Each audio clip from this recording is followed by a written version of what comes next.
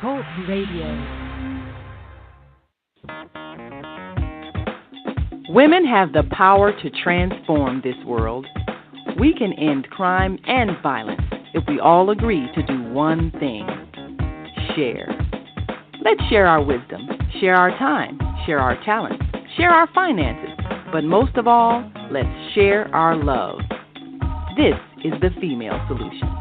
Join me, Naima Latif, every morning, 7 a.m. to 9 a.m. Central Standard Time, as we bring you stimulating discussions about the issues affecting our lives. If you're listening online at www.blogtalkradio.com/the-female-solution, press the blue button that says follow and get our daily topics every morning directly to your email and your smartphone. Hi, I'm Naima Latif, Executive Producer of the Female Solution Radio Show.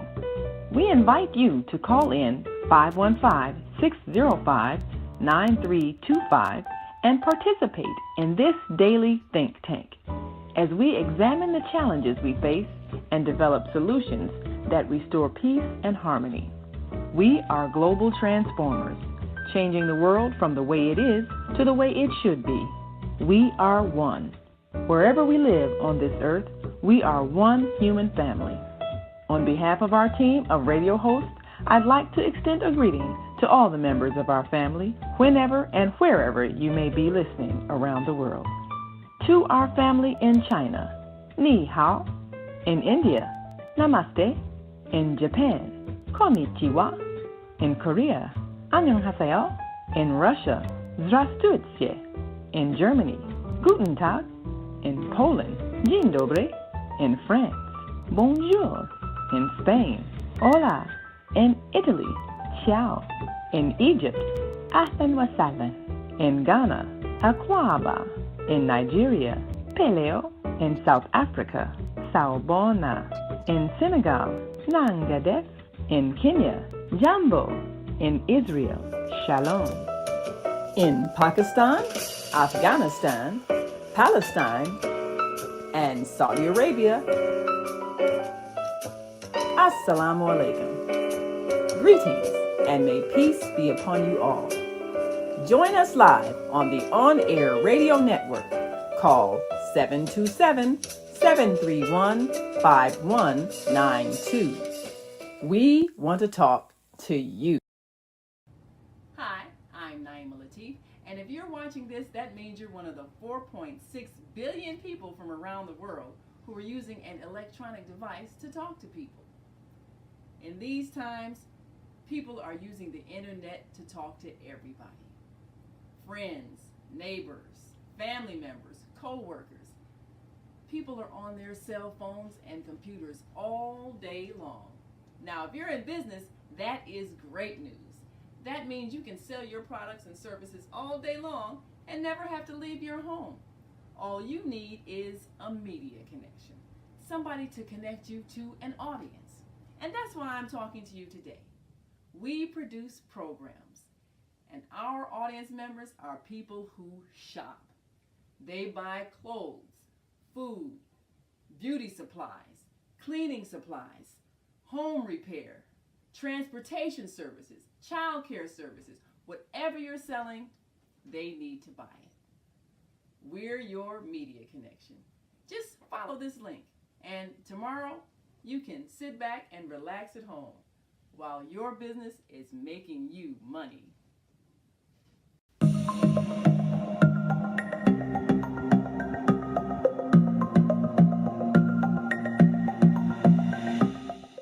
Hi, I'm Barbara. I'm Cheryl.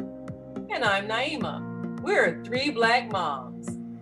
And in case you didn't notice the resemblance, we're also three sisters. We're going to be coming to you every week, sharing our successes and our mistakes as we navigate our lives as moms, wives, sisters, daughters, and of course, Black women in today's world. We'll talk about it all: race, politics, religion, economics, culture, and we'll take a look at everything from whether or not to use corporal punishment to how do you teach your children about sex. Look for our upcoming book, Growing Up Charles. It's a personal story about our lives growing up in Maple Park on Chicago's South Side. I'm Barbara. I'm Cheryl. And I'm Naima. We're three Black moms. Follow us on Facebook and subscribe to our YouTube channel, Three Black Moms.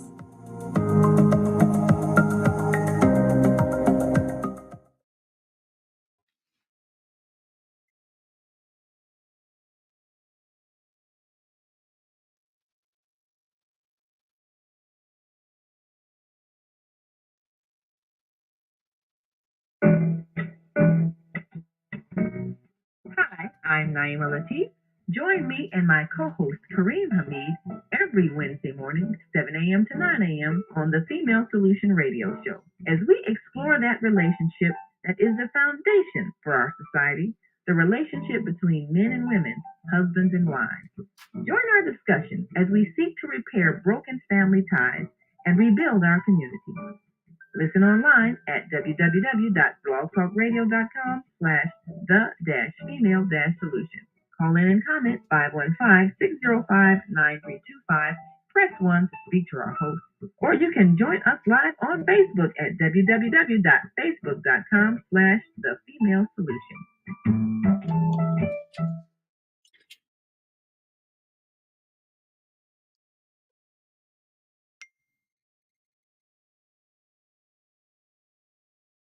Grand Rising, and thank you all for joining us on this Wednesday edition of the Female Solution Global Radio TV show. I'm Naima Latif, and we're bringing in our co-host Kareem Hamid and our American Muslim 360 family to talk to you. And we want you to talk to us too, because today's topic is one that's quite sensitive. And perhaps it may be an issue that you're struggling with right now. We talk often about marriage and the importance of maintaining a healthy marriage. But today we want to take a look at divorce, because so many families are struggling with the breakup of the husband and the wife. And often this is a devastating experience for the children. And nobody asks them what their opinion is, but they're the ones who experience the trauma more than anyone else because they don't have the power to change things. So today we want to take a look at how to rebuild after a divorce. And we're going to take a quick break and come right back with our co-host Kareem Hamid and our American Muslim 360 family. And if you're listening online, we want you to join this conversation. Give us a call, 515-605-9325, and just press 1 when you're ready to speak. We certainly do appreciate your contribution to this conversation about rebuilding your life after a divorce. It is possible. We'll be right back. So stick and stay. Don't stray away. We'll be back in just one moment after this quick break, so stay with us.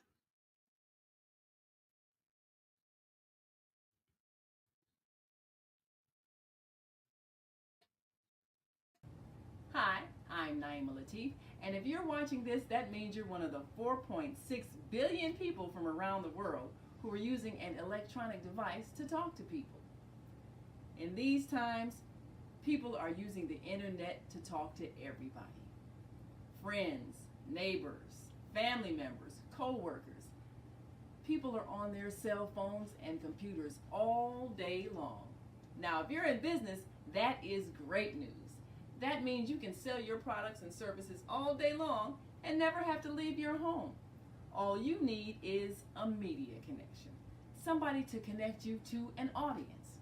And that's why I'm talking to you today. We produce programs, and our audience members are people who shop. They buy clothes, food, beauty supplies, cleaning supplies, home repair, transportation services, child care services. Whatever you're selling, they need to buy it. We're your media connection. Just follow this link, and tomorrow you can sit back and relax at home while your business is making you money.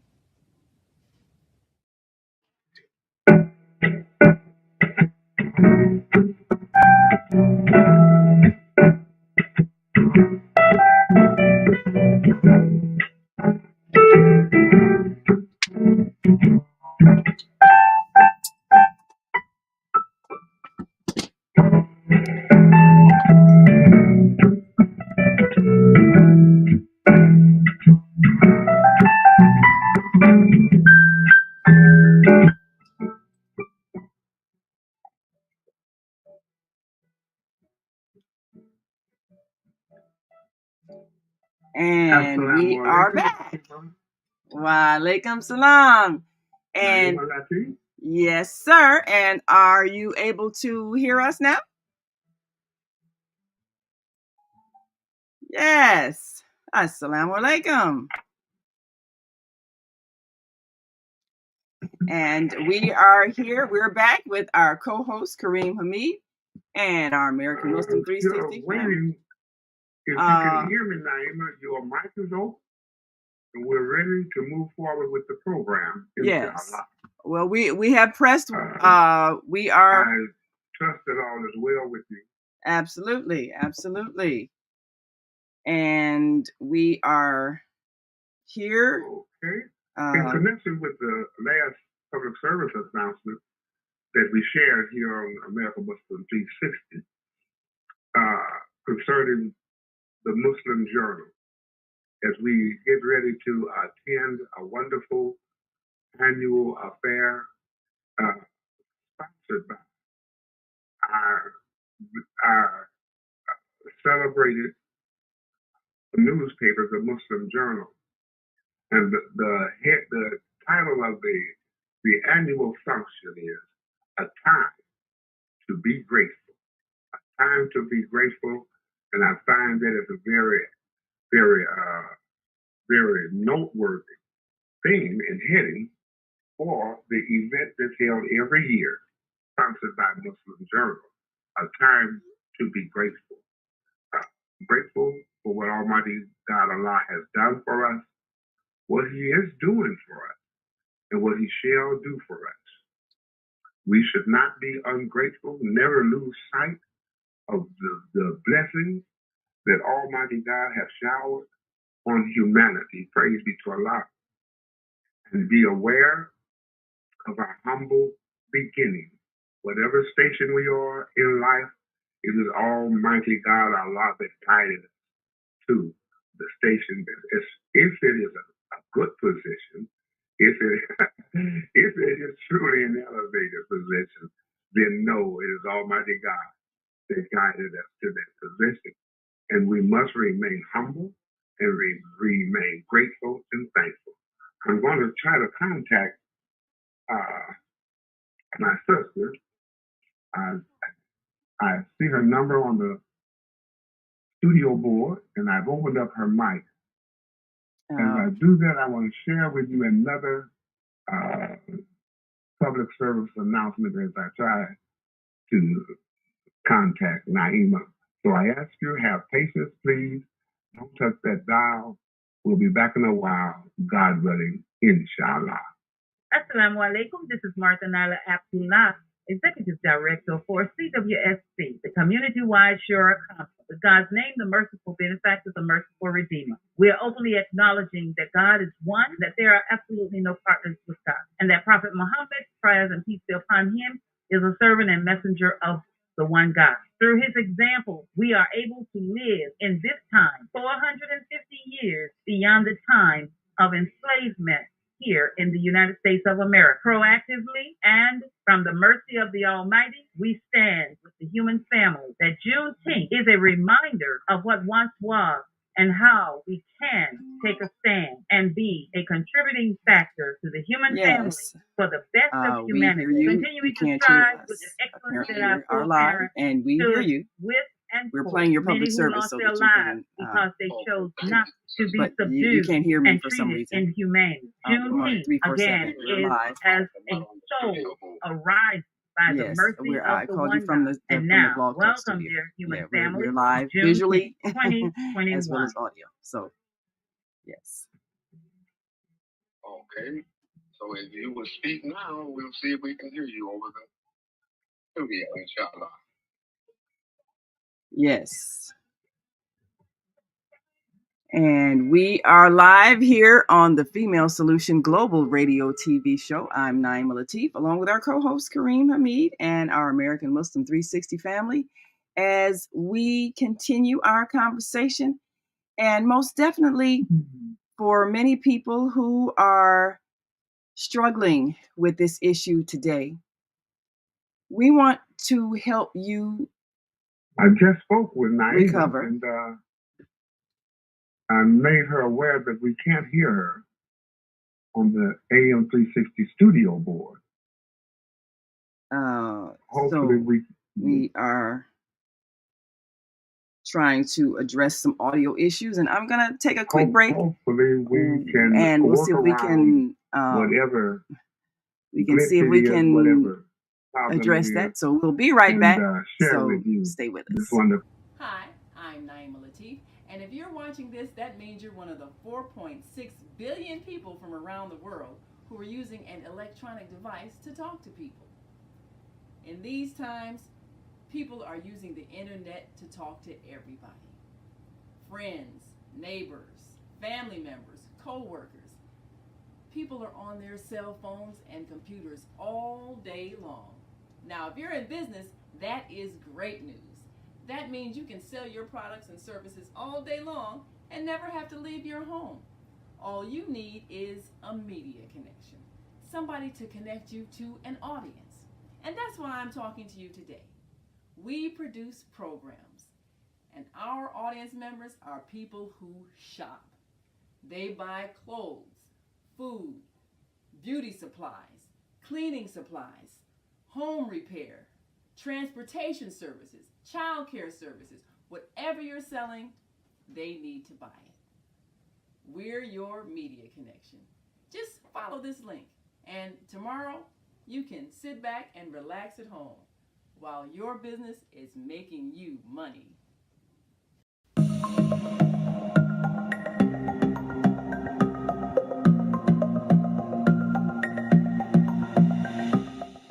Hi, I'm Barbara. I'm Cheryl.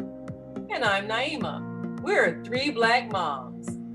And in case you didn't notice the resemblance, we're also three sisters. We're going to be coming to you every week, sharing our successes and our mistakes as we navigate our lives as moms, wives, sisters, daughters, and of course, Black women in today's world. We'll talk about it all: race, politics, religion, economics, culture, and we'll take a look at everything from whether or not to use corporal punishment to how do you teach your children about sex.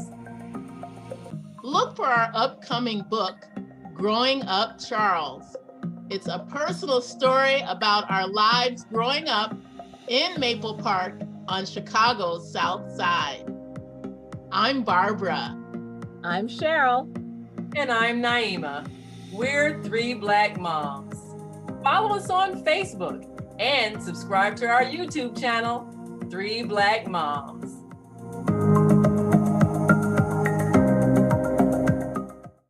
Program manager. And we are back, and we'll be returning from a public service announcement by our American Muslim 360 family in just a moment. And then, of course, we want to hear from you as we talk further about recovering from divorce.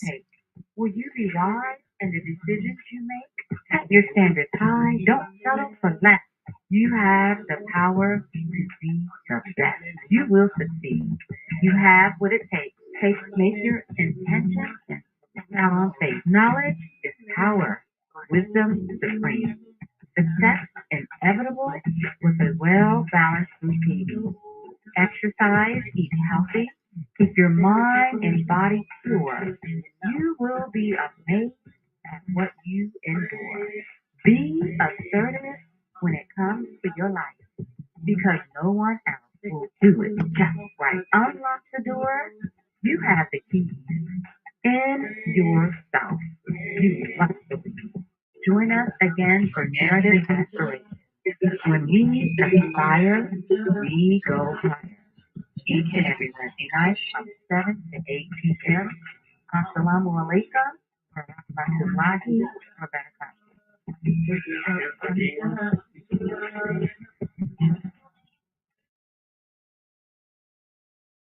All right, we are back. You're listening to and watching the Female Solution Global Radio TV show. I'm Naima Latif, and we are joined by our co-host, Kareem Hamid, and our American Muslim 360 family. Want to make sure we can hear you now. Are you able to hear me now? Was it commercial? Can you hear me now? Can you hear me? I can't even remember which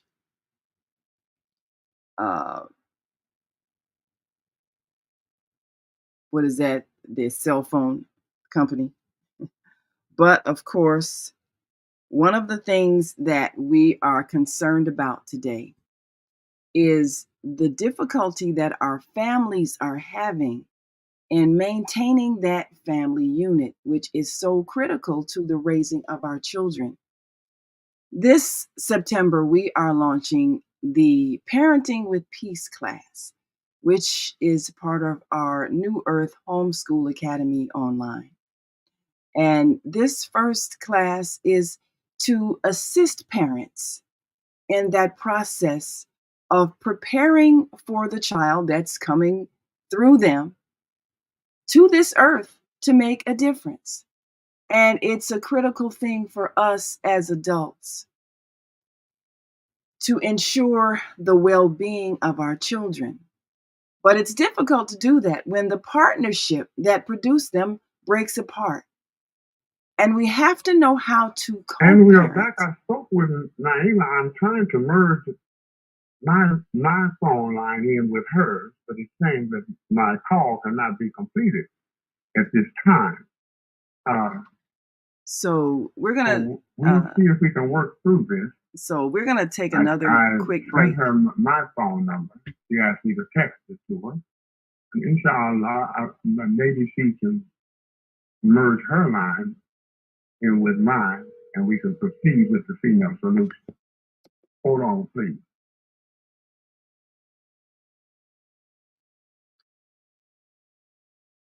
And we're going to take a quick break and see if we can fix this technical issue so that we can, in fact, be merged with both of our networks. Yes. I'm going to merge your line in with mine.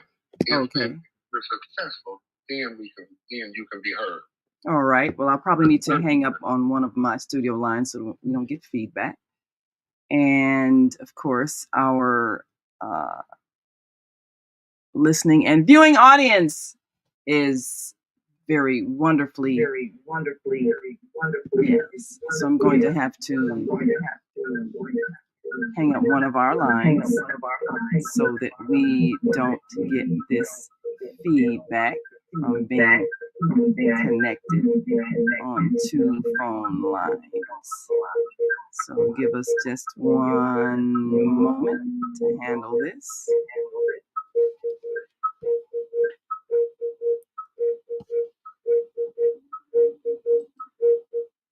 Thank you for using Blog Talk Radio. Goodbye. Okay, now is that better for you? Yes. Let me see if you're being heard. Sister Martha Nyla, will you let me know if you can hear Naima and myself? Your mic is open.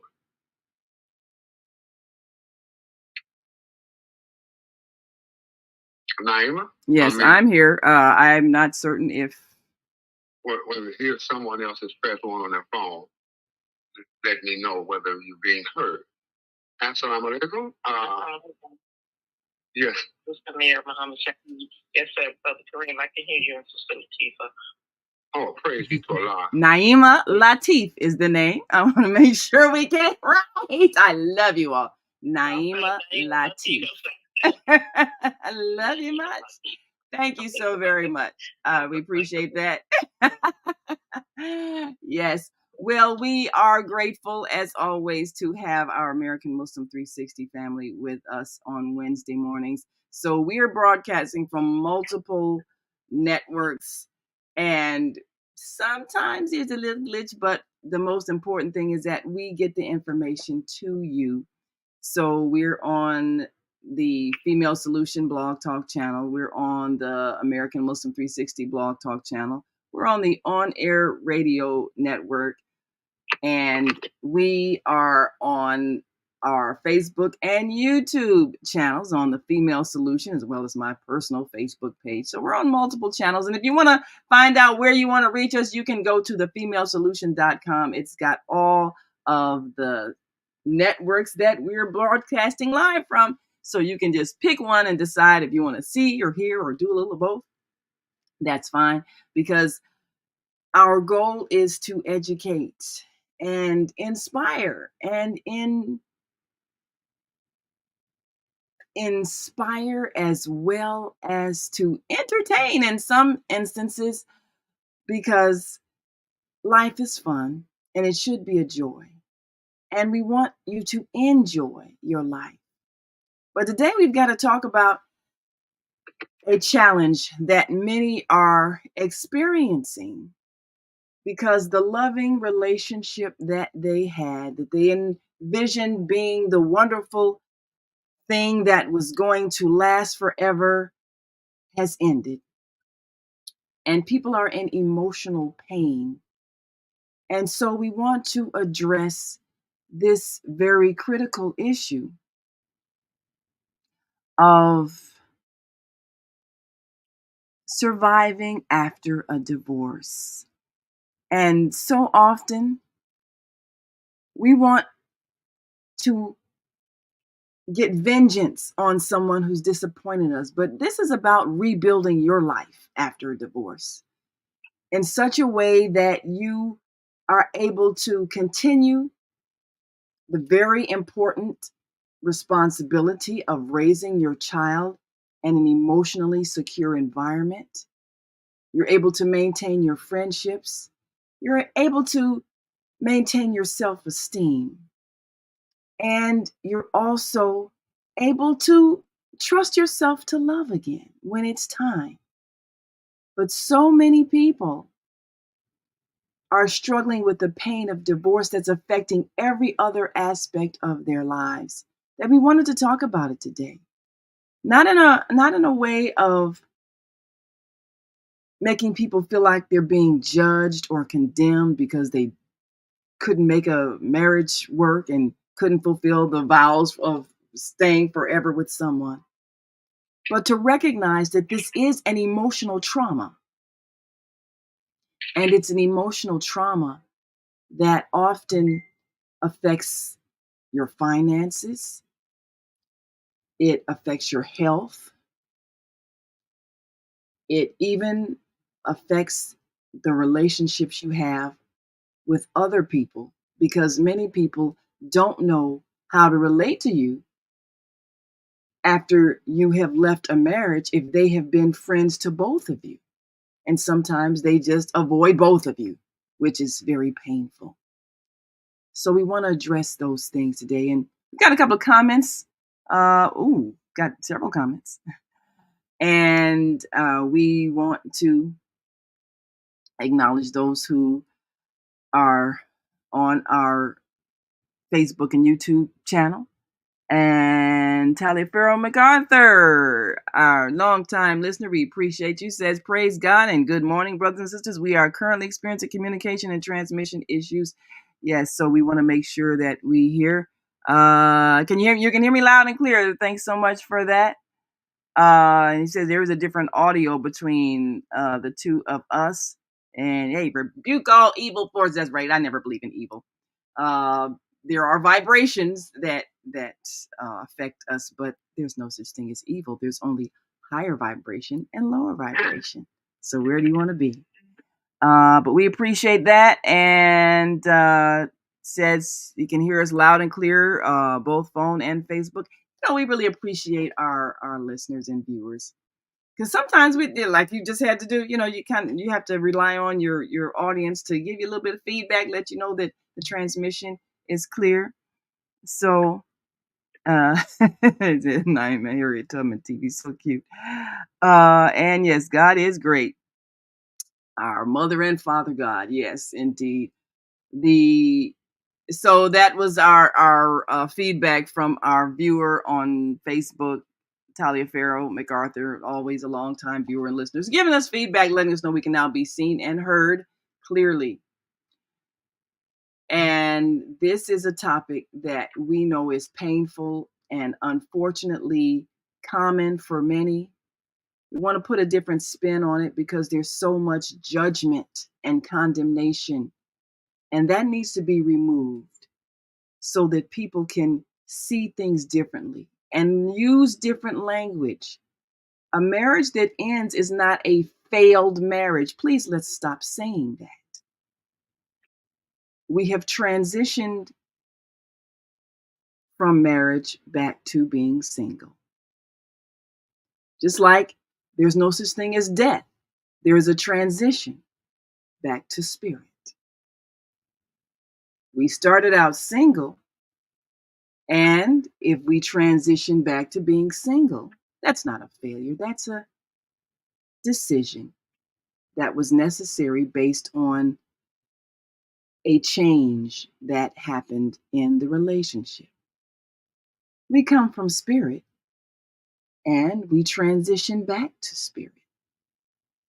That is the evolution of this experience in the physical realm. That also is not a failure. It is an evolution.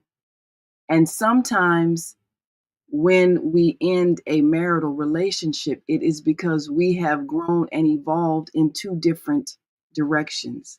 And so we need to give the other partner, and the other partner needs to give us the freedom to grow in the direction they're going without being tied to someone who's no longer on that same path. If we look at it that way, then rather than it being a condemnation or a sense of failure that destroys our self-esteem, we can merely accept it as a growth, an experience that helped us to learn. And perhaps the next partnership will be someone who is now on the same path that we are on, and therefore we're in harmony. Is it possible for us to get to that point of changing the way we see and ending marriage? Brother Kareem, what do you think? And I know this is probably a big stretch for people that have grown up with a lot of propaganda, religious condemnation. You're going to hell if you get a divorce. I mean, this is what the Catholics think. This is what they teach. So even if your marriage is horrible, you're supposed to stay in it forever, no matter how much it's damaging you and your children. So we want to elevate our awareness today to a higher level of thinking and understanding about this life journey, so that this very painful experience of ending a partnership can no longer be painful, but can still remain loving, even though the two parties understand that they are no longer walking together. And so they need to give each other the freedom to walk in their separate directions. What do you think, Brother Kareem? Do you think it's possible to change the way we view ending a marriage so that it isn't a condemnation, but a decision that's mutually respected? What are your thoughts on that? Yes, it is possible, but we have to be willing to do that. It is possible. The opportunity for a peaceful, valuable life is always open to us. There have been couples that have separated, and they They are no longer husband and wife, but especially if they have children, the children should become the number one priority between the mother and the father. Because one divorces does not relinquish the esteem position of being mother and the esteem position of being father. You're still in that realm. You're still a father. You're still a mother. And the priority should be the health and well-being of our children. Now, if there, and that should take precedence, that is going to require a spirit of cooperation and a true loving concern for our children, that we create the best environment for them, we nurture them, and bring them forward, because we are still parents. You can't divorce yourself from your children. And in some cases, divorce is a mercy, because some people, they just don't fit, you know, they just don't fit. They just don't fit. And and for those that don't have children and experiencing the trauma of divorce, let me suggest to you that one person does not and should not define your life. Let me say that again. One person and all the billions of people on earth should not and does not define your life. So you're still responsible for your life. And moving forward, if possible, to leave my negative feelings and behind, leave it behind, because I still own my life. I'm responsible for my life. I still own and have my own life. And what I make of it is my responsibility. It is my duty to live a positive life. The life is still my own. This is, even in the marriage, you have a right to your own life. And so it's a struggle to let go of whatever negativity that you may have that will affect your life moving forward. You're still responsible for your life. Yes. You have to find a way of letting that go, because your own self is dependent upon you to take care of it and put it in the best situation. So one person does not define our lives. That's very important. Absolutely. And I think that is a critical point for everybody who, if they choose to marry, is to realize that this person doesn't define you. Even though you become, in a sense, a new entity, just like a corporation, you become a unit, but they don't define you and your life. And we've got a comment here from one of our viewers, Robert Young, that says, excellent. Find a 50-50 relationship that enhances mind, body, and soul. Yes. Ideally, it's a 50-50 relationship where both people value each other and give each other autonomy. Like you just said, Brother Kareem, one person doesn't define you. There used to be a time when a woman more or less merged her identity and even submerged her identity upon getting married, as if whatever she was no longer mattered. Now I'm Mrs. So-and-so. What was, I guess, a growth process for us, even in this nation, watching the succession of first ladies evolve to a level where we could see that a person can still retain their autonomy as someone who has a direction and value and skills. We had Michelle Obama, who was very independently handling various issues. And we've had some other first ladies also. And not to minimize things like, decorating and housekeeping and all of that. It's known that Jacqueline Kennedy Onassis, came Onassis after she remarried after being the wife of President John F. Kennedy. She did a lot of things aesthetically to the White House, but there are issues, there are causes that a first lady can take on. She retains her education. I think it was a big step for people to see Michelle Obama evolving into a very powerful force for health, for restoring our food health awareness, planting gardens, and then dealing with the exercise and the health routines in our schools, in our neighborhoods, food deserts, and then her championing many things, her traveling abroad, and her continuing writing books and speaking. And then, of course, now we have Dr. Jill Biden. And, she is clear that she's an educator and still very much involved in education. And she's been to various universities.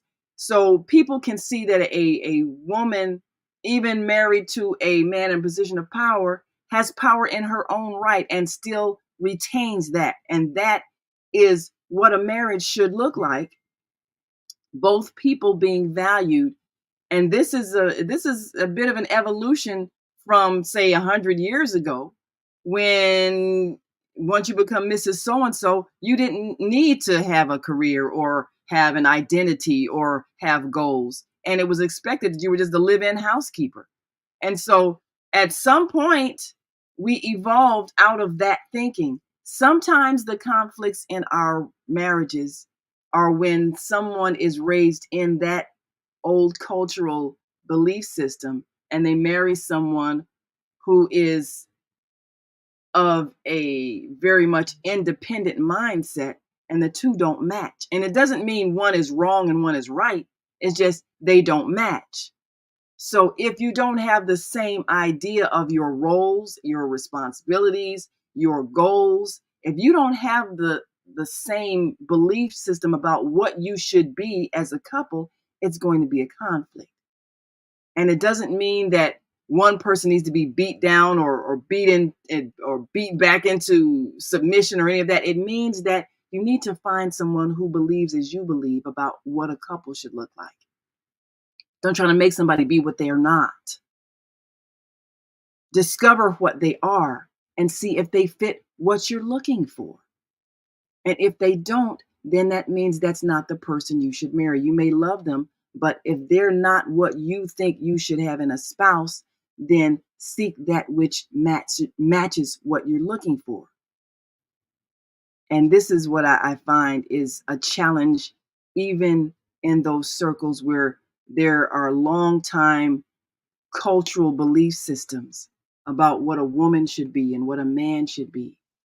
And unless we allow people to grow to a higher level of understanding, like our brother Robert Young here says about 50-50, unless we're able to get to that point of understanding, we're going to keep seeing divorces and frustrations and anger because somebody's thinking somebody's incorrect. And it's not about being incorrect. It's about being equally yoked, matched in your beliefs about what a relationship should look like. So one of the things he said is also Robert Young says about getting together for the wrong reasons.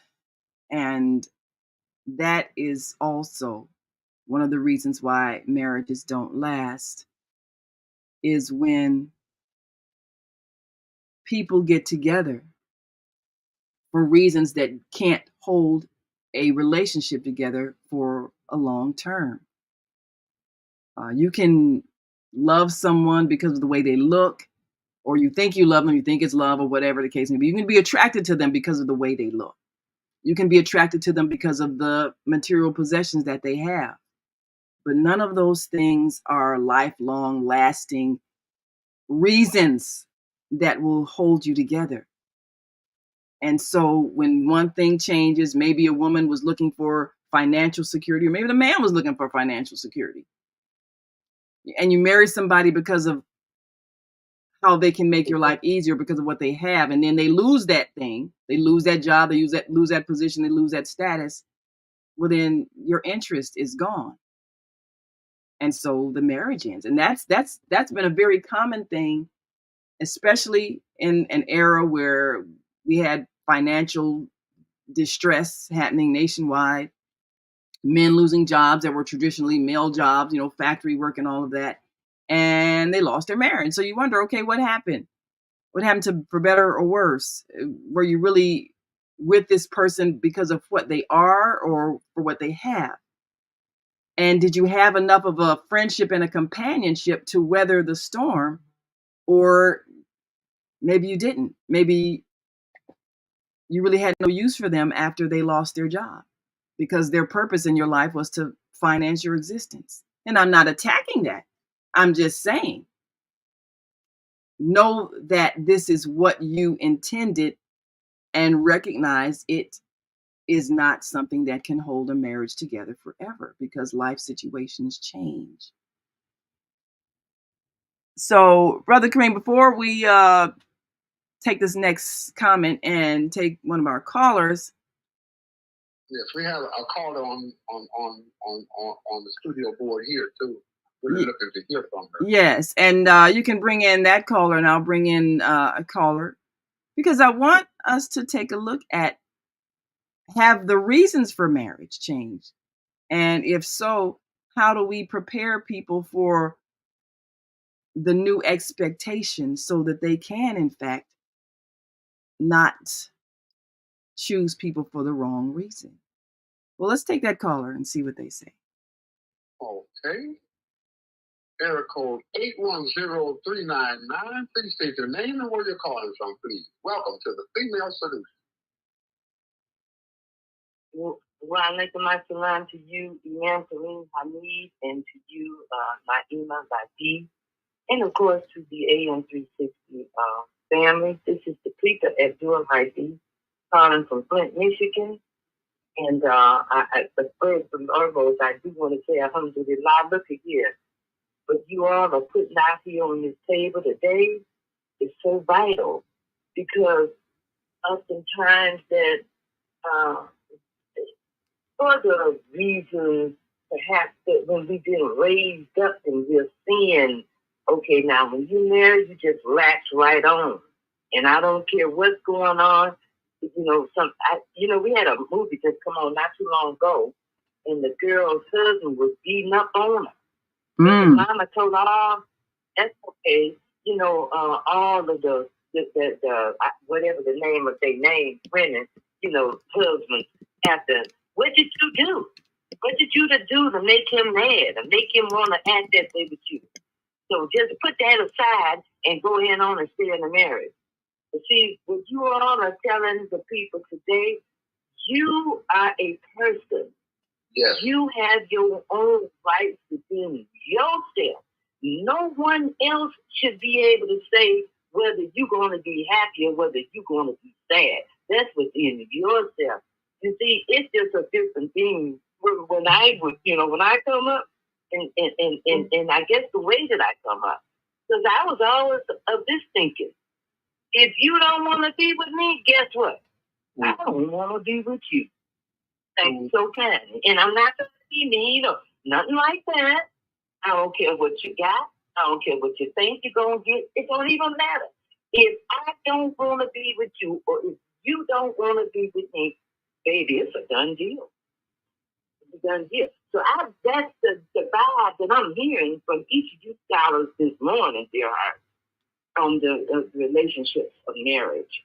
And I certainly do appreciate you all being sensitive, but yet straight up about it. Our happiness is our own, and we have to stand for that. Allah is the Lord and cherisher of us all. And honey, he gives each and every one of his servants what his servants ask for. So I want to thank you all so kindly, and I appreciate you for allowing me the opportunity to share. Alhamdulillah. But thank you, Sister Dupreetha. We appreciate you so very much. And I think I know which movie you're talking about. I remember seeing that. It's so horrifying. But yes, there have been many situations in which women are blamed for domestic violence. And the idea is, if your husband hit you, what did you say that made him angry? What did you do? The reality is, no one can make you mad. You are always the person responsible for your behavior. You have the responsibility to manage your emotions and not react with violence. If you fail to do that, no one is to be blamed but yourself, because you control your hands and your feet, and you can choose to not strike someone. It is within your power and responsibility. So you're right. That's a cultural shift that we have had to make over time, and stop blaming people, stop blaming women when they're abused, as if, well, if you would just not talk to him that way, well, he has the power to walk away and say, I don't want to be married to you because I don't want to be married to somebody who would talk to me that way. He doesn't have to hit, just choose to not be in a relationship that's painful until that person can choose to control their mouth. That goes both ways. Neither person should be verbally abused. That is going to destroy love, friendship, companionship, trust. So choose to control your mouth and choose to control your hands. If you can't do that, then you probably won't stay married. Because why should someone allow themselves to be abused, either verbally or physically? So, yes. In relationship to the spiritual experience, religious practice, Almighty God says to us in the Quran that he does not want suffering and pain for you. He does not desire that he will not, how can I say, he is not the author of pain and suffering. He wants the best for you. So if you're in a situation, male or female, and it's painful to you, then Almighty God, although he dislikes divorce, he allows it because he does not want pain and suffering for you. To stay in a situation that is painful to you, don't blame God. Don't even blame that other person. You are responsible for your own peace. For your own peace. So, you know, that 50-50 ratio that we use concerning the sacred bonds of marriage, that sounds good. But what about the other 50% of myself? What about that? I'm not 50%. I'm 100%. And my wife is 100%. And we have to acknowledge, you know, that I am complete unto myself. I'm whole.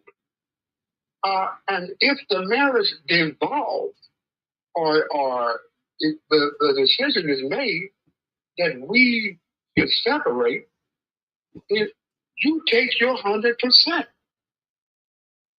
and construct a better situation and a better life for yourself. God does not want suffering for us. You're still 100%, even when you're married. She would not have married me if I had withheld 50% of myself. In the court would say, no, I'm giving 100% of myself. And if you don't want that, that's not working. And we reach the decision to separate because we don't want the pain and suffering. I'm taking my 100% with me. I'm still who I am. So that misnomer, no, you just stay with her. You know, I know she this and that, but you don't get a divorce. God does not want pain and suffering for us. He allows divorce. In our life, how can I put it? After a marriage, you still got life. You're still in life. You're still in it. And you seek the best of life for yourself. No one person defines another. No one person defines another. So we have to re-educate ourselves. You are complete. Naima, whoever, you are complete right now. Right. You are 100% of yourself. You were 100% before, and you'll be 100% afterwards. That is exactly right. And sometimes people are made to feel like, you know, they've lost a part of themselves, or they're less than a person, and it can be a devastating thing if the society or the community you're part of is making you feel like you failed, or there's something wrong with you because you didn't stay married. And that's what makes people stay in situations, like you say, where they're suffering, and we're not supposed to be suffering. If it's painful, let it go. You can't make somebody change. Just let them grow separately from you so that you can be at peace. That's what makes sense. So I want to share just a few statistics also. Oh, you have another call. Well, let's take that call, and then I'll share a few statistics on the marriage rate, not to discourage people, but just so that they understand that this is happening. Go right ahead, take that caller, and then I think we've got another caller on our line. 773-449. Welcome to the Female Solution. Please state your name and where you're calling from, please. Assalamu alaikum, Amir Muhammad Shaheed. Well, this is a wonderful program. But let's cover some more areas related to this, because there's other factors to what causes a divorce. But Allah gives us a remedy. He says, before you divorce, let's get some consultation. Let's take a party from the brother's side. Let's take a party from the sister's side and see could we bring some resolution to the situation before we actually go to divorce. And then another part, and then some people refuse to do that because they want to do it their way. And then another part of this, sometimes we have interferences in our divorces where you have other people putting their opinion into your relationship, or they don't care that you married. If they feel like, well, if a brother say, well, I like this sister better than I do you, or the brother say, I like, vice versa. Sometimes we let other people interfere in our marriages, and right then and there, that's when things begin to go afoul. If marriage is supposed to be sacred, we don't need to bring anybody else that could cause maybe friction in the marriage, or cause a person to change their mind about the person that they married to. You got to look at, before we get to divorce, what causes different reasons for the divorces to come about. That's why we have Shura Banyun to bring about some kind of understanding about things. But if we don't use the tools that Allah has blessed us with, then yes, divorce will come about. And sometimes it's not fairness in the divorce. People don't want to talk about it. When you want to talk about it, see if we can come to a conclusion where we can stay together because they got other people in your business. It's all kind of reasons why divorce occur before it actually get there.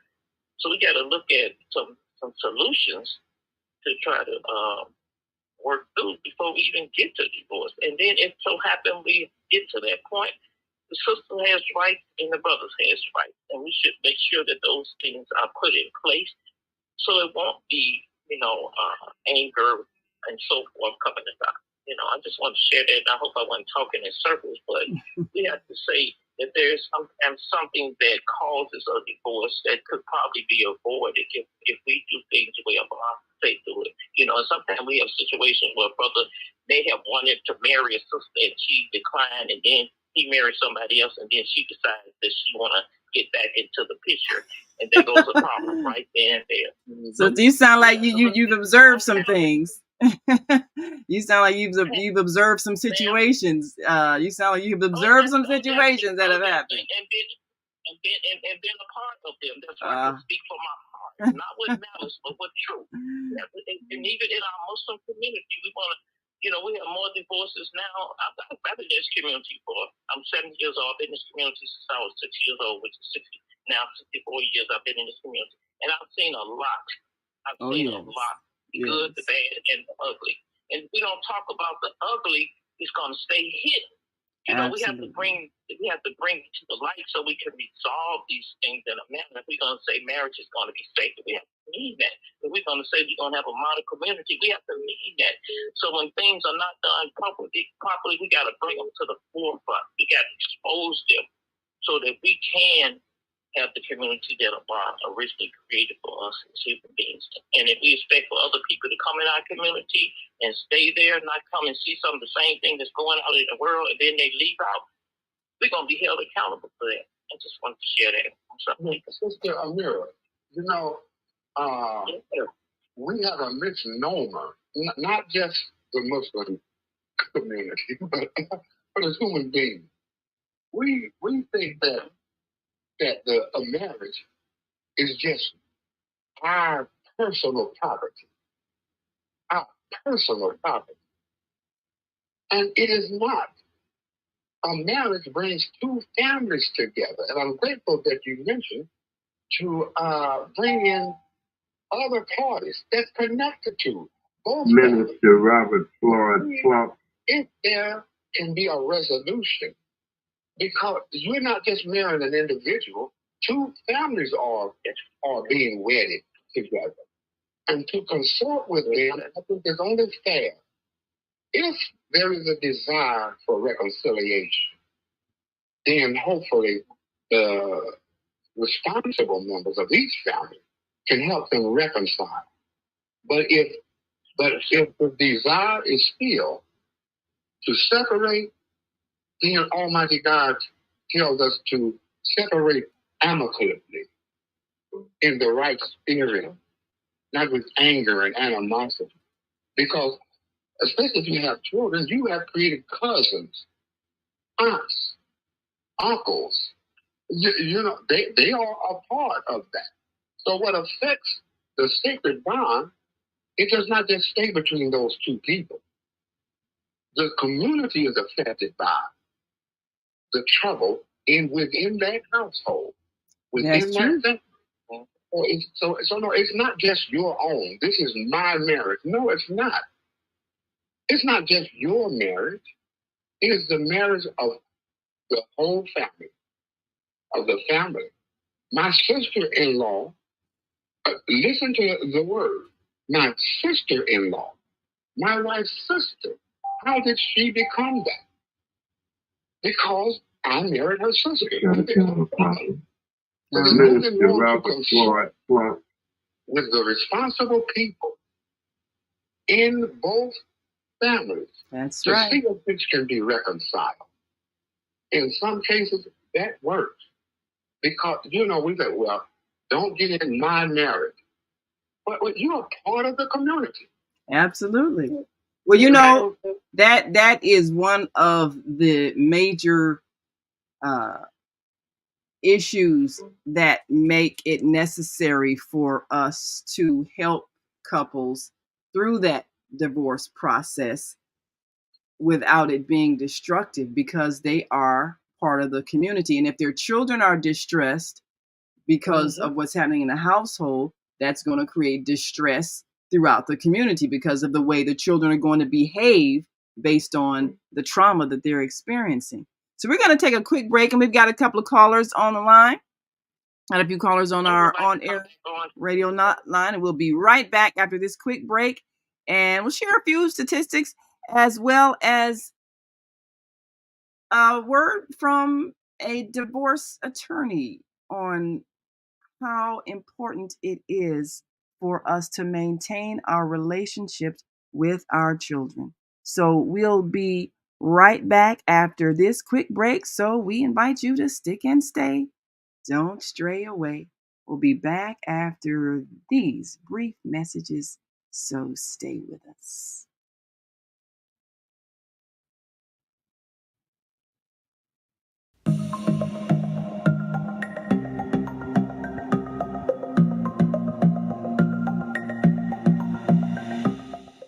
Hi, I'm Barbara. I'm Cheryl. And I'm Naima. We're three Black moms. And in case you didn't notice the resemblance, we're also three sisters. We're going to be coming to you every week, sharing our successes and our mistakes as we navigate our lives as moms, wives, sisters, daughters, and of course, Black women in today's world. We'll talk about it all: race, politics, religion, economics, culture, and we'll take a look at everything from whether or not to use corporal punishment to how do you teach your children about sex. Look for our upcoming book, Growing Up Charles. It's a personal story about our lives growing up in Maple Park on Chicago's South Side. I'm Barbara. I'm Cheryl. And I'm Naima. We're three Black moms. Follow us on Facebook and subscribe to our YouTube channel, Three Black Moms.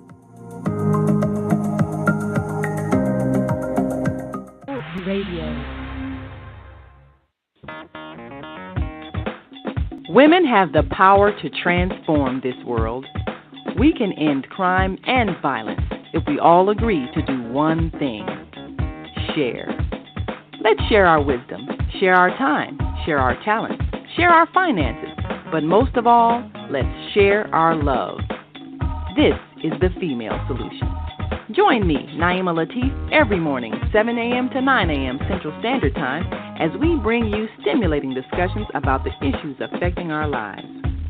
If you're listening online at www.blogtalkradio.com/the-female-solution, press the blue button that says follow.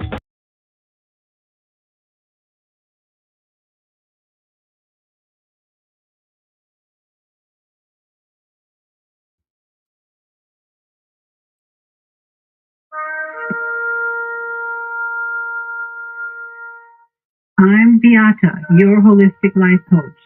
These days, it's more important than ever to work on your physical, mental, emotional, and spiritual health. Are you consciously breathing deeply in stressful moments? Do you have a plan or daily routine to maintain balance in your awesome body? Are you struggling to be disciplined in your eating habits? When you partner with me, I'll help you develop a personalized health plan that works for your particular lifestyle. You can find out more about me at yourholisticlifecoach.com, where you can also review my 3-step protocol to guide you to abundant health. That's yourholisticlifecoach.com, and I'm Beata.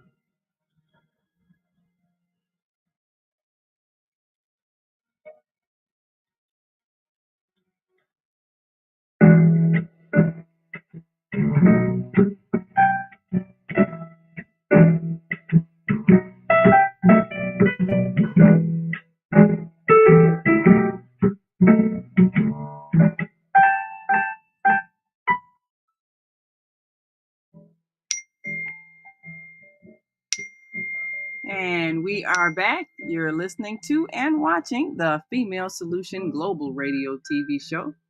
I'm Naima Latif, along with our co-host Kareem Hamid and our American Muslim 360 family. And we want to hear from you. Give us a call. 515-605-9325 or 515-605-9891 or 727-731-5192. And I believe we got a caller on our American Muslim 360 channel. And I believe we've also got a caller on the on-air radio network. I believe we have Baba Kwame Sunhorse. Are you there? Please unmute. Okay, well, I believe he may have dropped, but he'll be back. And I'll share with you a few comments from our viewers. And of course, we are live on the Female Solution Facebook page and YouTube channel. And if you've just joined us, we are discussing rebuilding your life after a divorce. And I believe we've got Neil MacArthur joining us on the on-air radio network. Yes, so you're live on the Female Solution. Go right ahead with your question or comment. I think his call dropped. Well, we'll see if we can have him back when his call comes back through. In the meantime, Neil MacArthur.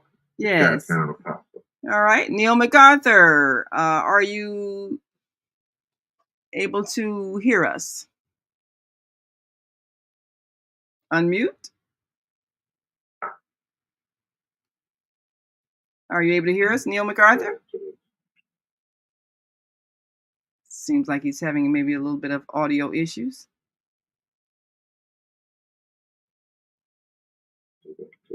All right, well, while he's working on that, we will share with you a video from recently. And of course, before that, I want to just give you a little look at the statistics that are currently affecting the marriage stability. And it says here, this is from the Forbes Advisor page, forbes.com/advisor. Most people have heard that half of all marriages end in divorce, but there is more to the story. These divorce statistics shed more light on when and how marriages come to end in the United States. So we'll read on to find out who is dissolving their marriages. The key divorce statistics in 2024. And in 2022, a total of 673,989 divorces and annulments occurred across the 45 U.S. states that report these statistics. During that same year, 2,065,995 marriages occurred. 2,065,905 marriages occurred, making the U.S. marriage rate 6.2 per 1,000 people. Far more people get married over the course of each year than get divorced. Well, that's a good thing to know.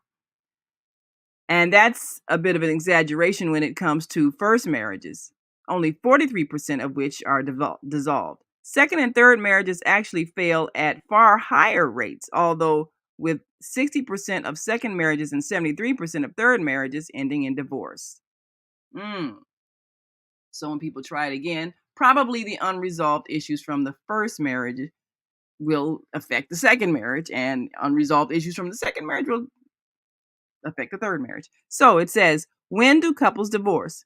When marriages end, usually some time has passed since the wedding. In fact, the average length of a marriage prior to divorce is 8 years. The average length of a marriage prior to divorce is 8 years. How long does divorce take and how much does it cost? Divorce takes time. Contested divorces usually take over a year to finalize, although a simple divorce can be complete in as little as 3 months. Divorce comes at a big cost when couples spend an average of $7,000 to dissolve their union. So I wanted to share that statistic with you. $7,000. you know what? I agree with that song. It's cheaper to keep her. Sounds bad. But the reality is, if it's costing you $7,000 to get divorced, was the argument really that serious? Don't you think you can probably work it out and talk it out and not have to spend $7,000 to get away from somebody? Do you hate them, or were you just temporarily mad at them? Are you annoyed at their habits, or are they really an abusive person? I mean, $7,000 to get a divorce? That's the cost. It's, legal fees, lawyers' fees, all those things you have to deal with. And I believe we've got Kwame Sunhorse on the line. I want to make sure that we can be heard. Kwame, are you able to hear us? Apparently there's some audio issues going on there. So let's see. Talia Farrow says I'm being blocked from speaking. No, actually there is some audio issues on the line. So as you heard earlier, we were dealing with some audio issues. So I think some of our callers are having some problems with the audio or not being able to be heard, because I can hear them, but they can't hear me. Same thing we had this morning. So Brother Kareem, are you back with us now? Yeah. Okay. Well, I want our viewers to know that we're not blocking you. We're having technical difficulties like we had at the beginning of the show. I can hear you, but you can't hear me. And I'm saying your name. I'm saying speak, and you can't hear me. So I'm sorry. Sorry. But we are not trying to keep you from talking. There is a technical issue in the system, so we have not been able to hear you. I mean, you can't hear me, but I can hear you. So we'll see if we can fix it in the last half of the show. So continue to call in. For some reason, our switchboard audio isn't letting you hear me, but I can hear you. So we'll just read your comments, and Talia Farrow MacArthur is saying, talk about the Black diaspora and all the dysfunctional categories, starting with divorce and all the other dysfunctional behavior. That's something that we should probably understand, that this is universal because it's a human issue, even though we feel it because we have a lot of other things, a lot of other trauma that adds to our dysfunctional behavior. But it's not just Black people. And the statistics that I read, that is across the board, for Americans, period. It didn't break it down in ethnic groups or racial categories or even income categories, just across the board, the numbers of people getting divorced. And it really points to a human condition, because it starts really in childhood, the kind of person you become. Yes, Kareem, go right ahead. Naima, in the sacred bond of marriage, for the marriage to be legitimate, it has to be publicly stated, publicly announced. And also, there is another requirement, that is that you should have witnesses that put their name on a certificate that they witnessed the marriage being joined. That's important. And also, in our faith, there is to be a marital contract. Marriage is not just our hearts coming together. Marriage is our mind, our emotions, and there has to be a marital contract.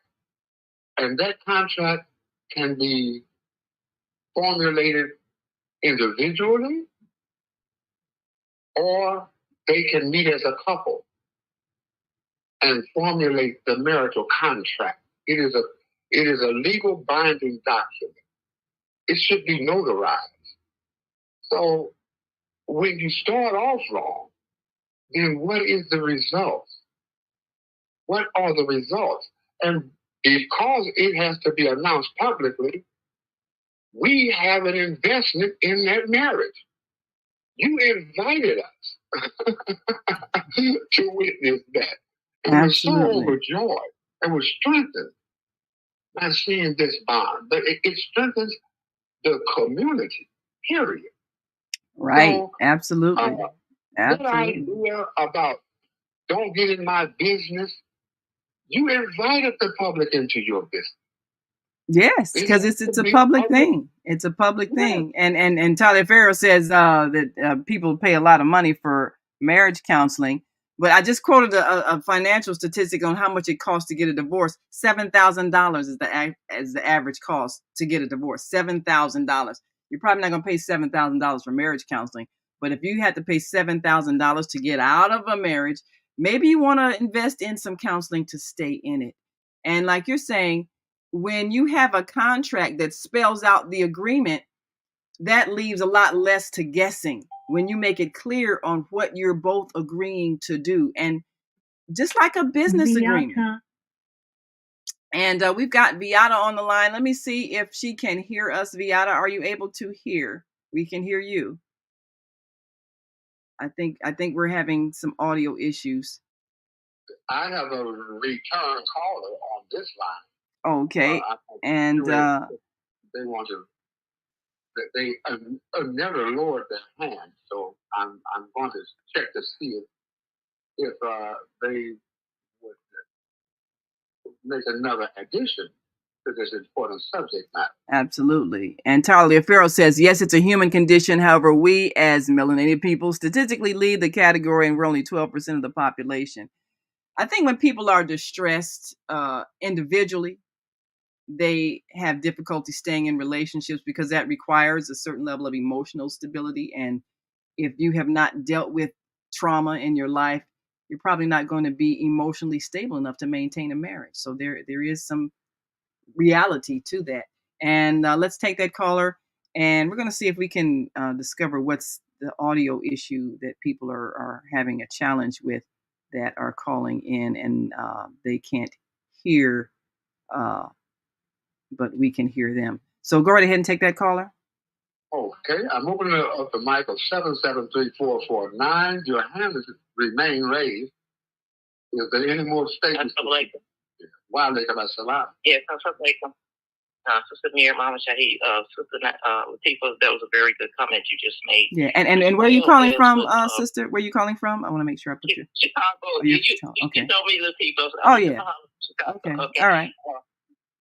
Yeah, and it's Naima Latif. Naima Latif. Yes. Yes. I know we love you. I know we love you. Naima, a very good comment made. And as well as Brother Kareem. And it's important that we, like you said, if you got married publicly, it should be announced in public, not a secret of what we do between ourselves. Mm-hmm. Also, if you're going out of a marriage, it should be made publicly. And one thing, some of us, some people try to do is divorce themselves. They divorce themselves, or they'll say, I divorced you 3 times, and then next thing you know, they done got with somebody else, and just doing things the way they want to do it. And it's not valid, but it happens, and it should be brought to the attention of the community, because that's one of the things that causes breakdowns in the community when we do things our own way. I'm glad you mentioned that, sister. You know, many of us may follow ancient holy books that give guidelines as to principles of behavior. But as far as legal and cultural practices, they have changed. You cannot have a legal divorce simply by saying, I divorce you, I divorce you, I divorce you. That might have been maybe, 800 years ago, 1,000 years ago. That don't work now, people. Today's laws are for today's society. And marriage is a legal agreement, just like a business agreement. And if you violate a legal contract, then you could be sued in a court of law. And this is what our divorces end up being, as lawsuits. This is why they end up costing $7,000. So if you can agree amicably that you realize that you are now going in different directions in life, whatever brought you together is not keeping you together and it's not harmonious, and there are irreconcilable differences, you should be able to separate.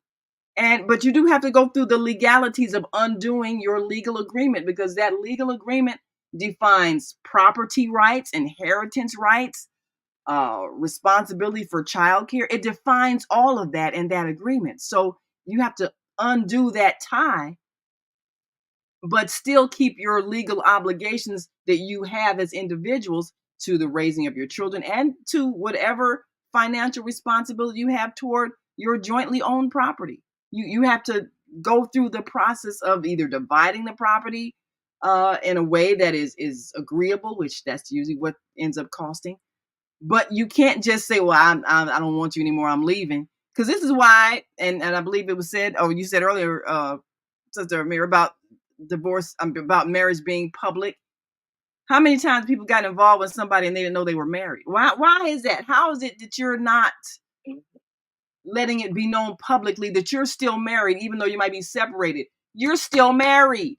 And that's wrong to do that to somebody who's thinking they're going to start a relationship with you, and yet you're still married. And some of us have been through that, and it's not pretty, and all of a sudden you're trying to figure out how come they're not taking you around their family, or, how come there's some angry woman, that pops up somewhere and you don't know that's the wife, and he didn't mention, oh, I'm not quite divorced yet. That's real ugly. So that is so true, sister. That is so true. And could you or Brother Kareem speak on, especially the Islamic marriages, where a lot of people will use that as an avenue, as a quick way in and a quick way out? And it's devastating when you talk about trauma, you talk about emotional pain, all of that. And a lot of times sisters get and some brothers too get a raw deal because you don't do things properly, and you take things into your own hands, and the person is left without no recourse. Would you speak in reference to the legality of Islamic marriages and the responsibility that goes with that? You or Brother Kareem? Well, I'm going to say this briefly, and I'll let Brother Kareem elaborate more on this. Whether it's an Islamic marriage, a Christian marriage, a Buddhist marriage, a Hindu marriage, a Jewish marriage, the marriage has to be based on ethics. Treat others the way you wish to be treated, period. And if it's anything other than that, it's exploitation. So if you're a scammer, you can be a scammer in the name of Islam. You can be a scammer in the name of Christianity. You can be a scammer in the name of Judaism. You can be a scammer in the name of Buddhism. You can be a scammer in any religious name, because that's who you are.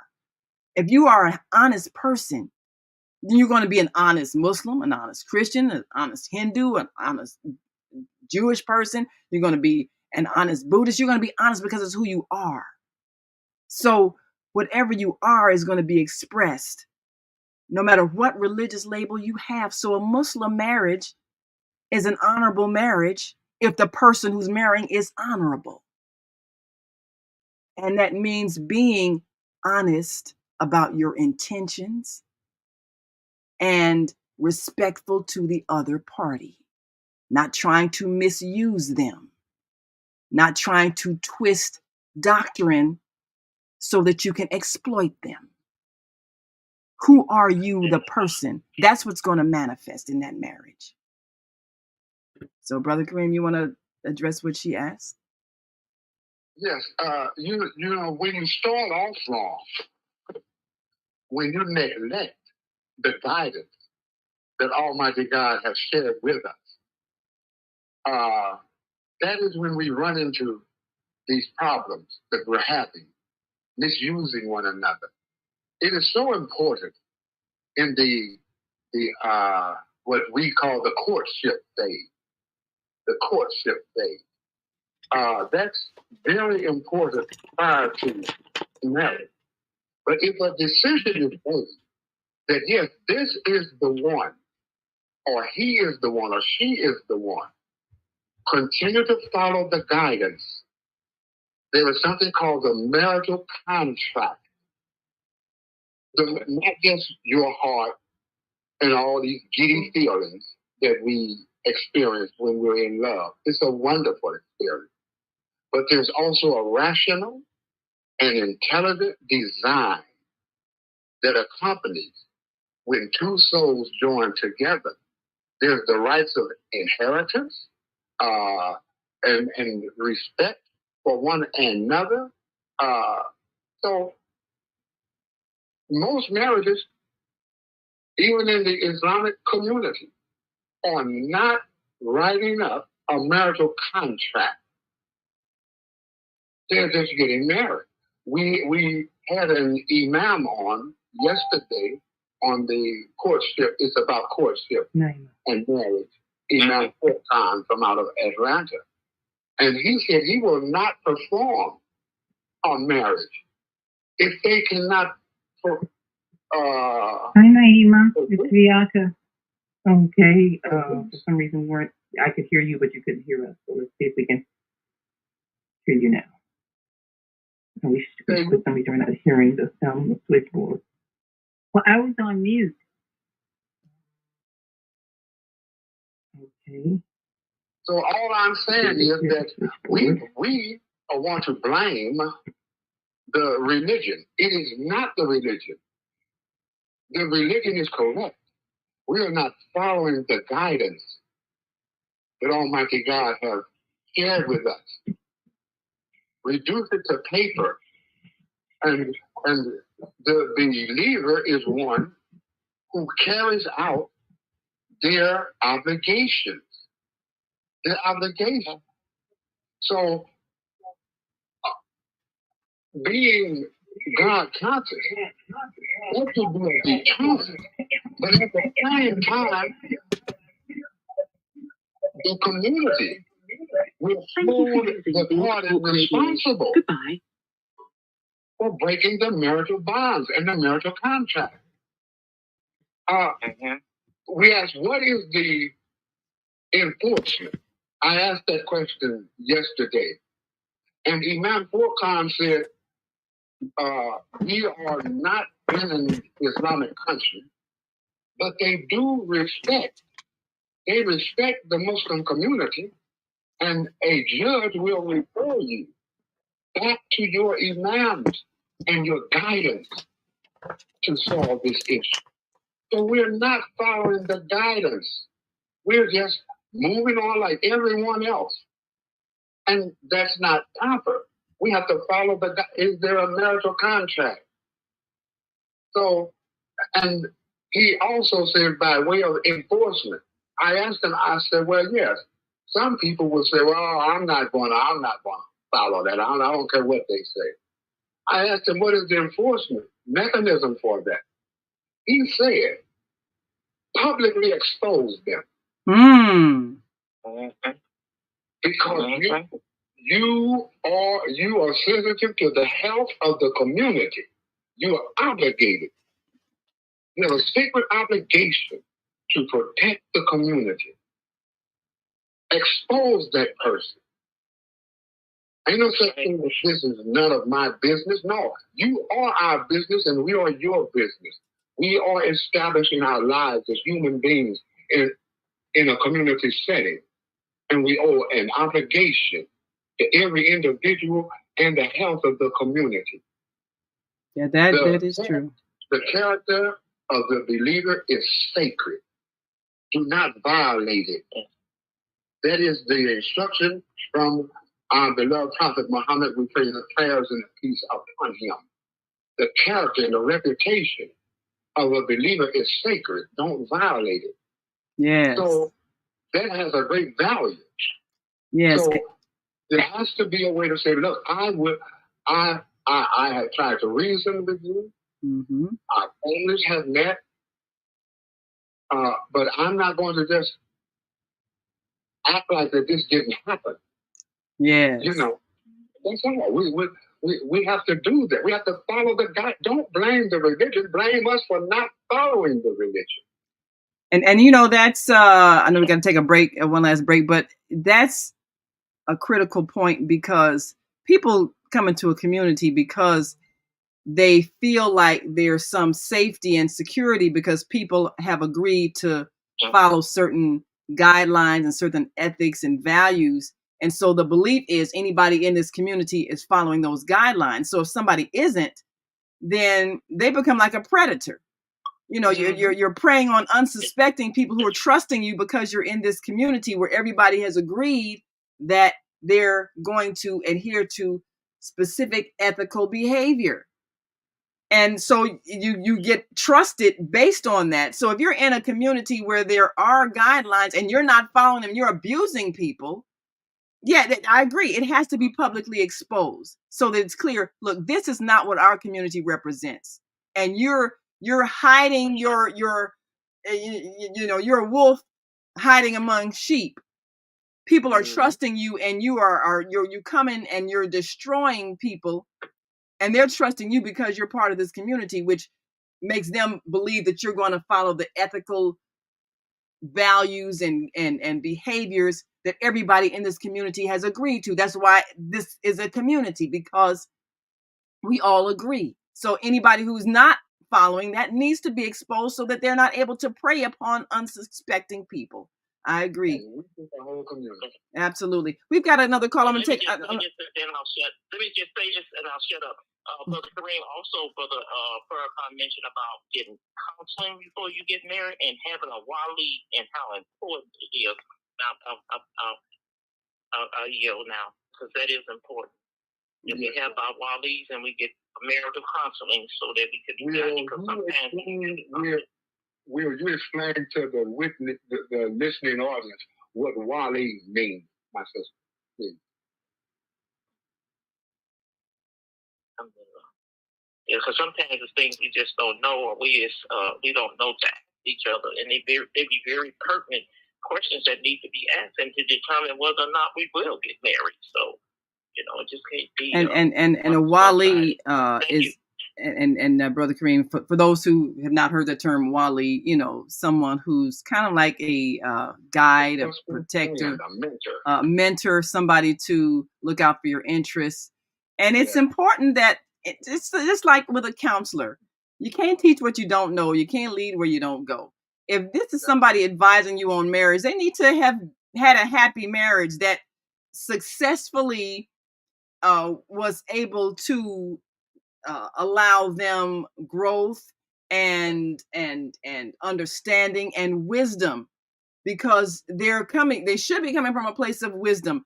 If you got somebody, and you know, there are people who believe, okay, well, all I got to do is know what the book says and then I can advise. No, you need to live this. If you have not lived this, you cannot advise this. I don't care how many degrees your marriage counselor has. If they've never been married, they can't tell you how to be married. You have to live that. That wisdom comes from experience. So anybody that you trust, whether it's a wali who's, you know, your Muslim advisor that's gonna make sure that you ask the right questions of a potential spouse, or it's a marriage counselor that you have paid because they got a degree and they know about marriage, they all need to have experienced a successful marriage in order to tell you how to do it. And I'm not saying that just because somebody's divorced, you shouldn't listen to them, but a person who's divorced can tell you how to get divorced because that's their experience. But if you're trying to stay married, you probably want to have somebody who has stayed married and is happy in their marriage and has been through enough experiences to help you in the process. Otherwise, you just have somebody that's giving you philosophy that doesn't really work. It's a life experience they need to have. So I believe we've got a caller I want to take on our on-air radio network. Beata, are you able to hear us? I have a return caller also. Can you hear me? Yes. They are Mike after we hear from them. Okay, so Beata, and can you hear her? I have multiple devices going on to combat our audio issue, so I want to make sure everybody's devices can be heard. So can you hear Beata, Kareem? I'm not hearing. I can hear your voice. Okay, she's speaking now. Go ahead. Walaikum salam. Shalom. Walaikum salam. Just speak. Just speak. Just speak. All right, we got another one. Okay, and you're next. Okay, just say what you got to say. All right, go ahead. Okay, I was married for almost 40 years, and the divorce was very pleasant and amenable, and I look at now I've been divorced for almost 10 years, and divorce is normal. I don't see anything wrong with divorce in the third dimensional reality we live in, where chaos runs the planet and wars.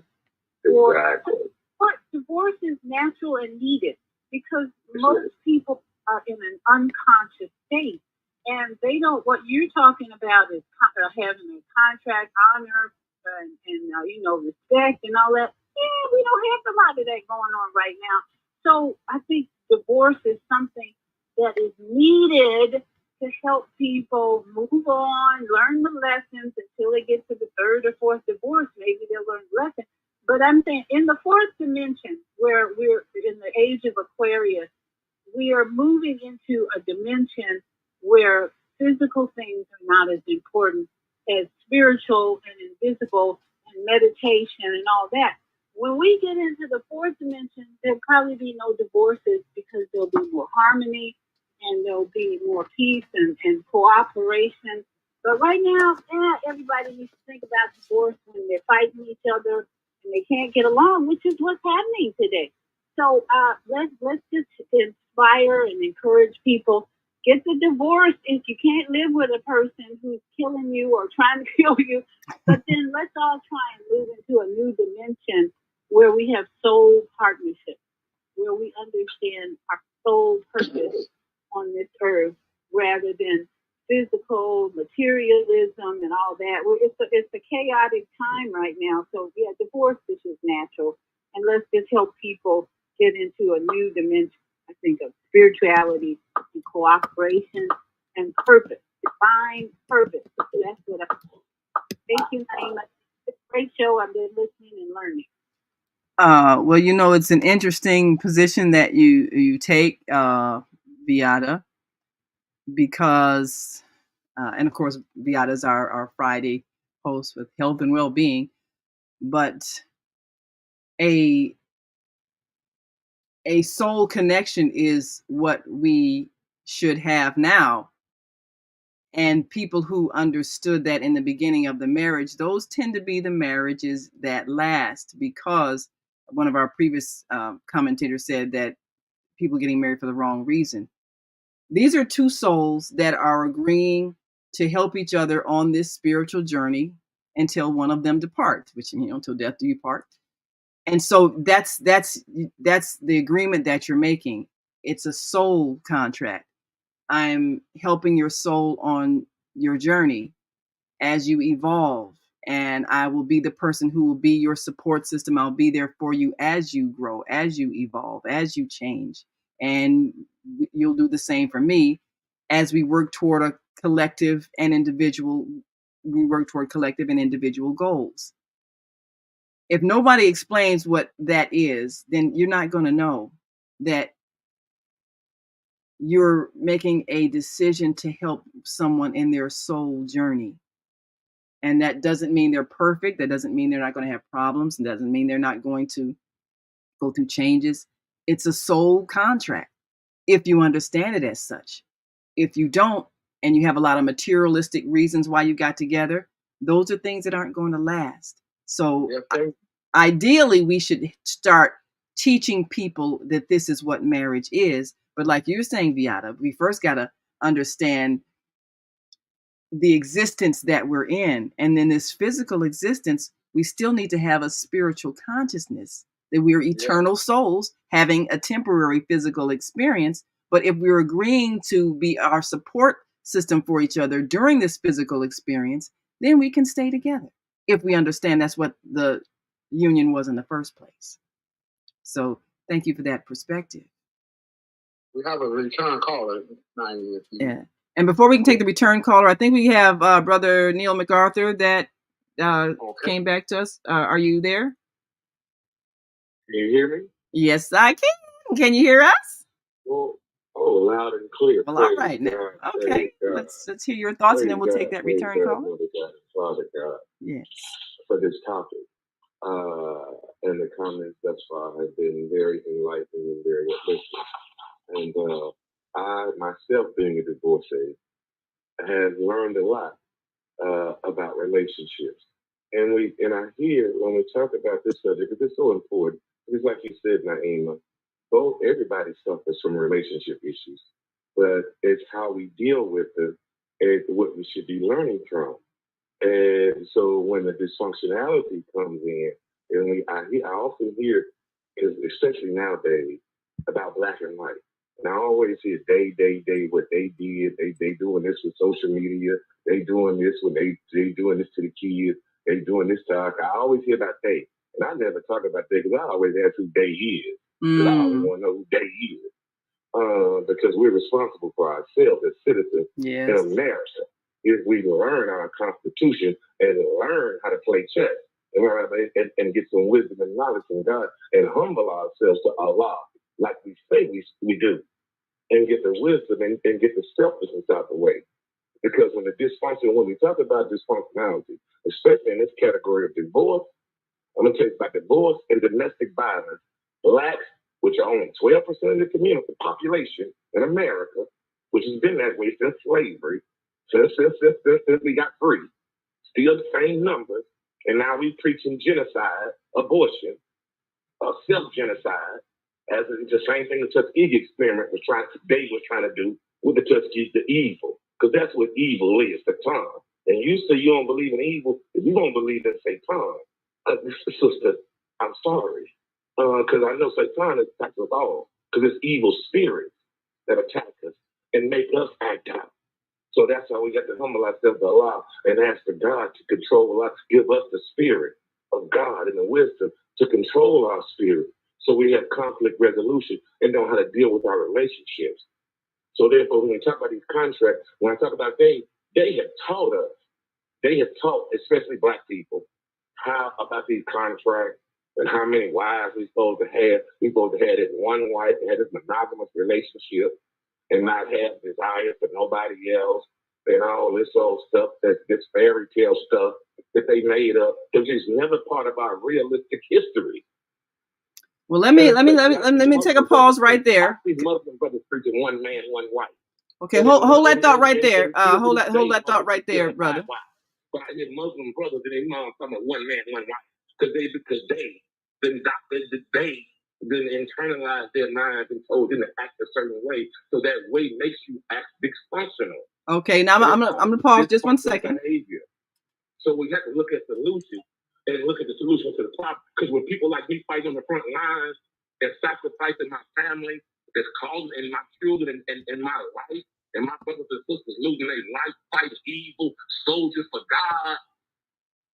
So I deal with it, Naima. I understand. You're protected by. I understand. Because that's my brother Wallace Gates Braxton. It was evil out here. That's my cousin that they locked up for his life that's in jail. Both my brothers, Malik. Ask them if it's evil out here. Because we've been fighting on the front line. That's what the enforcers and the protectors are for. Okay, so now hold that thought just 1 second, because I'm going to address something that you just said. Okay. I'm sorry for getting upset. I understand your passion. I understand, and I understand that. I'm sorry if I got a little passionate. I understand. I know that those who have been veterans of war have a right to be passionate because you put your life on the line for certain principles. So I do understand that, and I want to address an issue that you've raised, which surfaces as we have different cultural values mixing. You have some cultures. Well, hold a second. I'm sorry. Go ahead. Let me put my phone on mute. Yes, sir. Thank you so much. When you have and there are many societies around the world where marriage is not one man, one woman, because marriage is for the purpose of including everybody in a family. And so for various reasons, men do more dangerous things in the protection of lives, like yourself, wars and so forth. And men may die earlier. So you may have societies where there's an abundance, more women than men. Well, if the purpose is to include everybody in a family structure for the purpose of building a community, then what evolves is a way to have all women part of a family, which means men will be taking on more than one wife. That's the purpose of that. It's for the inclusion of everybody in a family structure so that children are raised in a family structure. And they get both the male and female energy in the partnership. Westerners have a difficult time understanding that, largely because of religious teachings. And this is one of the reasons why in my book, The Female Solution, I'm pointing out that all animal species have partnerships based on the ratio of male to female. It's about survival. In this society, we've been unable to comprehend family and community, like Kareem was talking about earlier. It's about the community. So you want everybody to be in a family, which is the first unit of a community, in which the children learn the values and principles of community life. So the multiple wife structure is for that purpose. But if you have a religion that says that it's wrong, then you have the conflict that we currently have, where you have a lot of single parent, female headed households where their children do not have the male and female partnership, creating a balance and creating a shared responsibility. And the result is that the children have acted out so badly that now we have societal problems that we can't fix. And so that was, and I'm glad you brought this up, that was my motivation for writing the book, to help women understand that there are situations in which we may need to adopt a cultural value of inclusion so that we don't have our sisters out here trying to be mother and father when you cannot physically nor emotionally do that. And it requires a higher spiritual understanding to see that this is not about a man having a bunch of concubines and sexual pleasure toys that with no emotional attachment. It's about building a community and rebuilding a community after devastating experiences have decimated the male population. This was the whole reason for it being revealed in the Holy Quran. It was after a war had taken away so much of the young male population. What are you going to do with all these women? Yeah. What are you going to do about all these orphans? You have to have a community to raise them. You have to have a structure to make it possible for a community to work together, which means women have to be able to cooperate, have mutual respect.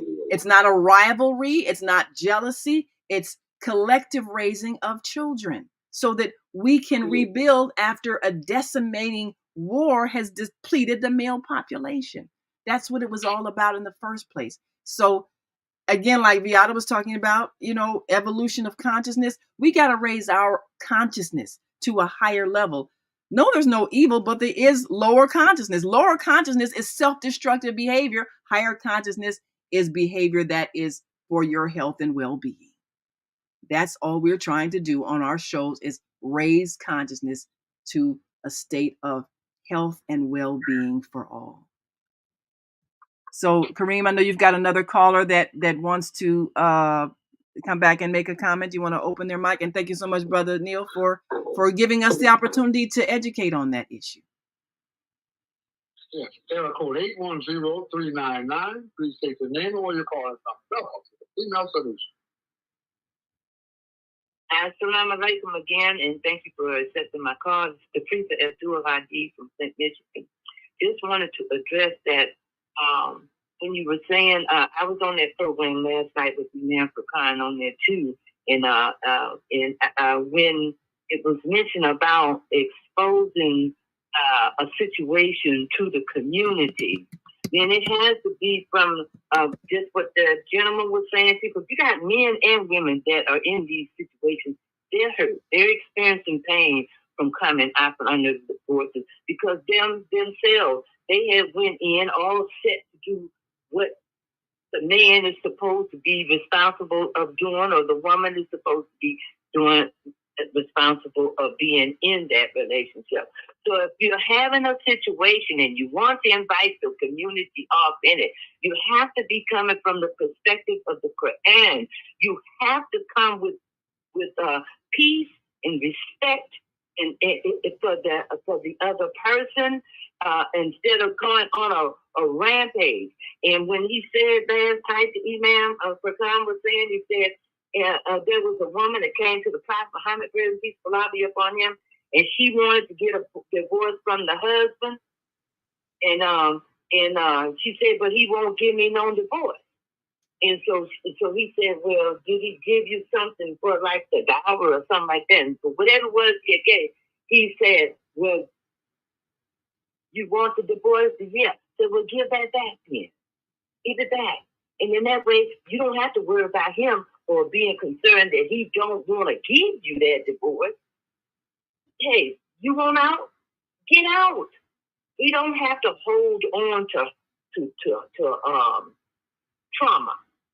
And no matter what we do, if you fall and hit your head, and that's a trauma you got from doing that, but you don't get up and shake your head real hard and I'm just going to start running. No, you get up and you take care of it. You start to massage it like it's supposed to be. Do what you need to do to calm it down and everything. Not run out there and, well, I'm going to tell the community. And what? What are you going to tell the community? Oh, you got to think about these things and think about it from the perspective of the Quran. And remember, integrity counts. And if you're going to say something, you got to make sure that what you're saying, you know what you're talking about. Because the Quran lays it out very plain and clear. You must have evident proof of things that you're saying. So when you talk about involving the court, you could find yourself up on the end where you're being sued for libel for going around talking stuff on people that you do not know. That's a very important point. Absolutely. There's a difference between exposing or warning people when someone is being deceptive and hurtful and committing libel or even gossiping about, somebody's personal business. It should not be gossiped about. So you got to use some discernment and know when to speak and when to be silent.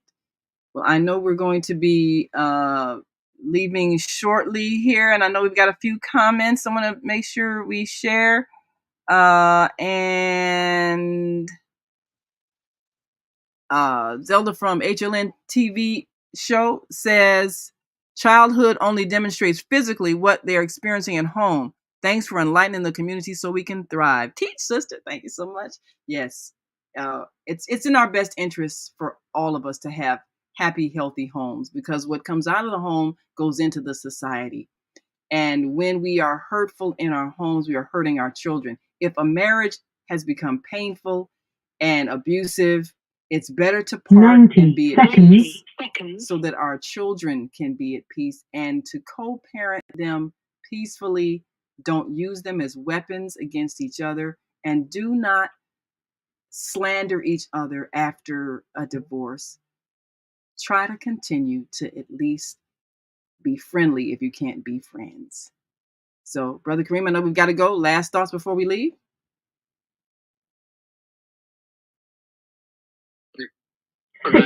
Seconds. Yes.